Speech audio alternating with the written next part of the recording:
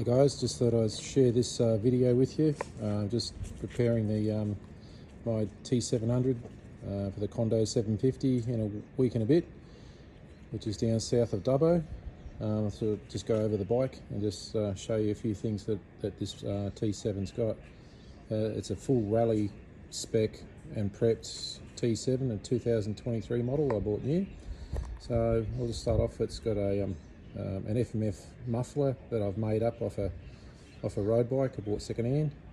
MST 6.6 litre rear fuel tanks, beautifully made out of aluminium and indestructible. You can see there I've landed on them a few times. It was probably the Sunraysier Desert Rally last year. Got an enduro rear tail light assembly to get rid of the big bulky factory thing. High intensity Dakar light. That was from Manuel in Italy. Thank you. Got a proper seat for it, one piece seat. Now we come to the fuel tanks.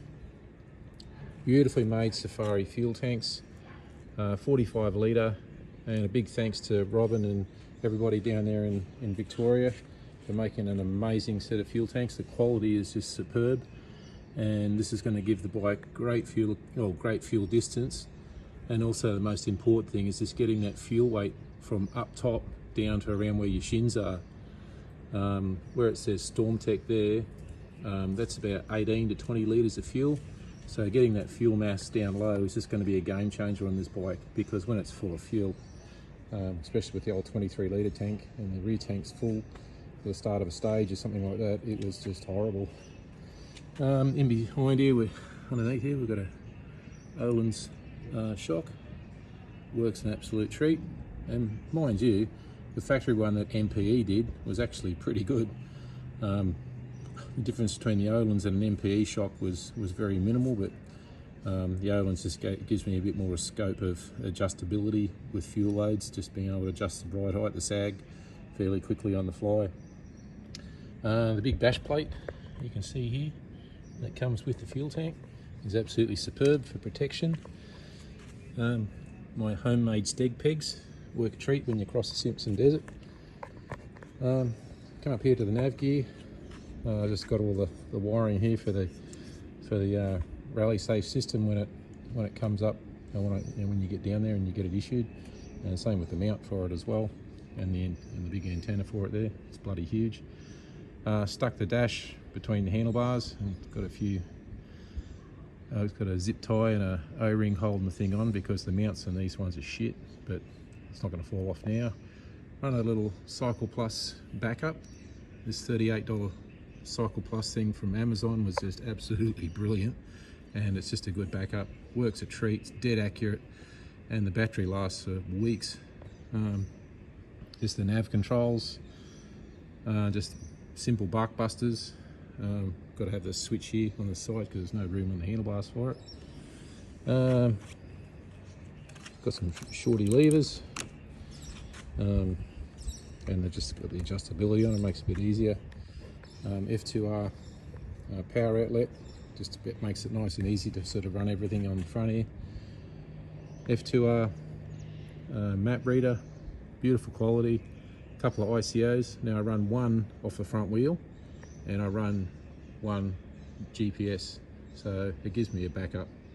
So if the satellites go down or something stupid, I've got a backup that works a treat.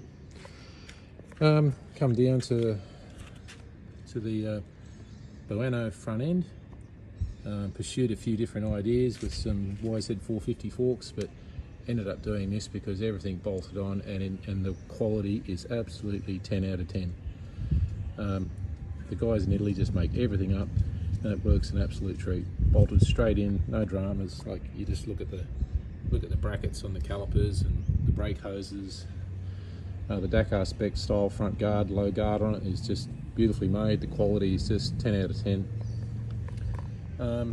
Just a little bit of shroud, a little bit of shielding there for the radiators. Recessed the radiator back in. That comes with the fork kit as well, the radiator mounts, but just making sure that the front wheel travel is not going to foul the bottom of the radiator. Now we come to the ARX tower. Davin down at ARX does an absolute beautiful job, well made. and really good quality and good value for money when you compare it to some of the stuff that comes out of Europe or that's available from Europe, 2 and 3 times the price.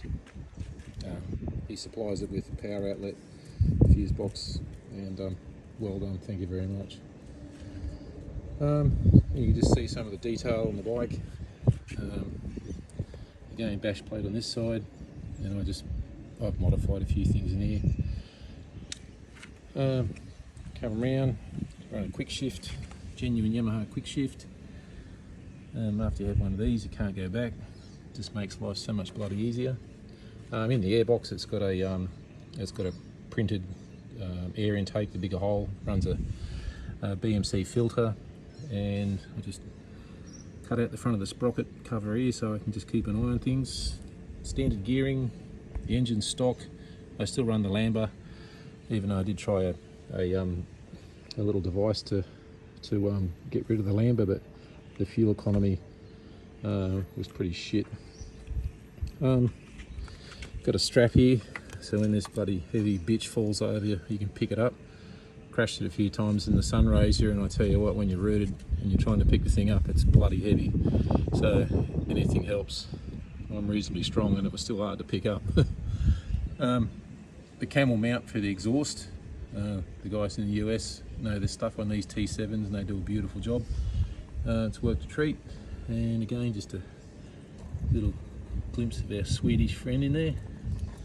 And Cerberus chain guide, it's a must, or any sort of chain guide, considering there's nothing on factory, which is ridiculous. That's about it, guys. You can just see a little bit of rough engineering up there to get it all to fit. It's not going to fall off. I tried to make it fall off and it doesn't. Tyres, last event I ran the rally race. These are a good tyre, they don't wear out.